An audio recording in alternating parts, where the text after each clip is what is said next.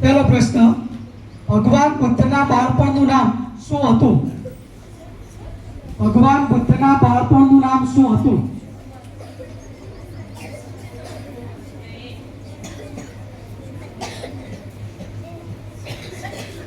બોલો Kinjal. Very good. ભગવાન બુદ્ધના બાળપણનું નામ સિદ્ધાર્થ હતું. ચલો બીજો પ્રશ્ન, જે તમારે વિચારીને જવાબ આપવાનો છે. ગોખડ પટ્ટીથી પ્રશ્નનો જવાબ આપી શકશો નહીં. ચલો બીજો પ્રશ્ન, અગાઉ ધોરણ 6 થી 8 ના શિક્ષકો દ્વારા જે પ્રાર્થના સભા યોજવામાં આવી હતી, એ પ્રાર્થના દરમિયાન આજની તિથિ એટલે કે એ વખતની તિથિ બોલનાર શિક્ષકનું નામ જણાવો. તિથિ બોલનાર શિક્ષકનું નામ.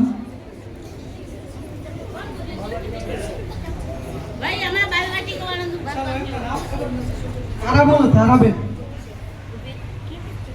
બીજું કોઈ બાલવાટિકામાં આવડતું હોય ઉભા થઈ જાય. માયાબેન. ચાલો રસીલાબેન બોલો. ખોટું. ચાલો બીજા કોઈ.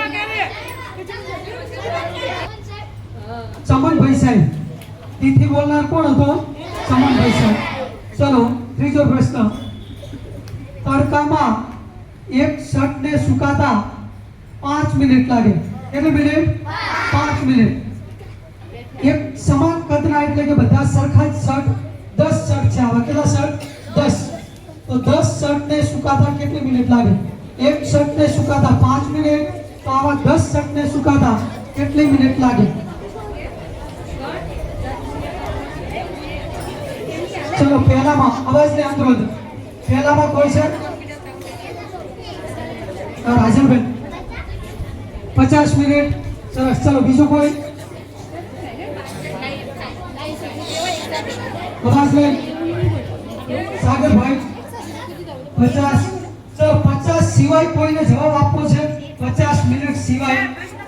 કવિતાબેન વેરી ગુડ. 5 મિનિટ લાગશે. ઓકે, એક શર્ટને સુકાતા 5 મિનિટ લાગે. તો 10 જે શબ્દ છે, મને શાળા ગમે છે નું અંગ્રેજી વાક્ય બોલો. મને શાળા ગમે છે નું અંગ્રેજી વાક્ય બોલો.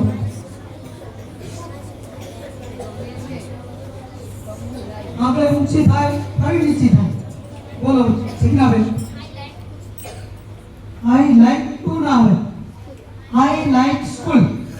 અંગ્રેજી વાક્ય સરળ ભાષામાં એસપીઓ પ્રમાણે લખાતું. પેલું સબ્જેક્ટ વર્બ ક્રિયાપદ એટલે કે પેલું કરતા હોય શું આવશે? I like school.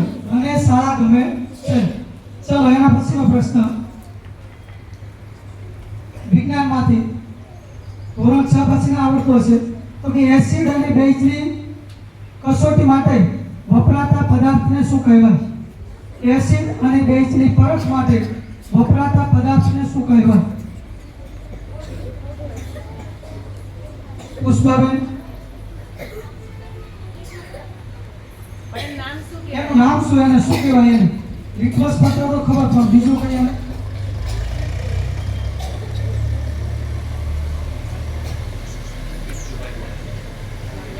ચલો પિન્ટુ ભાઈ પણ વેરી ગુડ. એસિડ અને બેઝની પરખ માટે વપરાતા પદાર્થને સૂચક કહેવાય. શું કહેવાય? સૂચક. અલગ અલગ સૂચકો આવતા હોય. ચલો છેલ્લો પ્રશ્ન, પોપટ માટે પાંજરું. પોપટ માટે પાંજરું. તો માણસ માટે શું?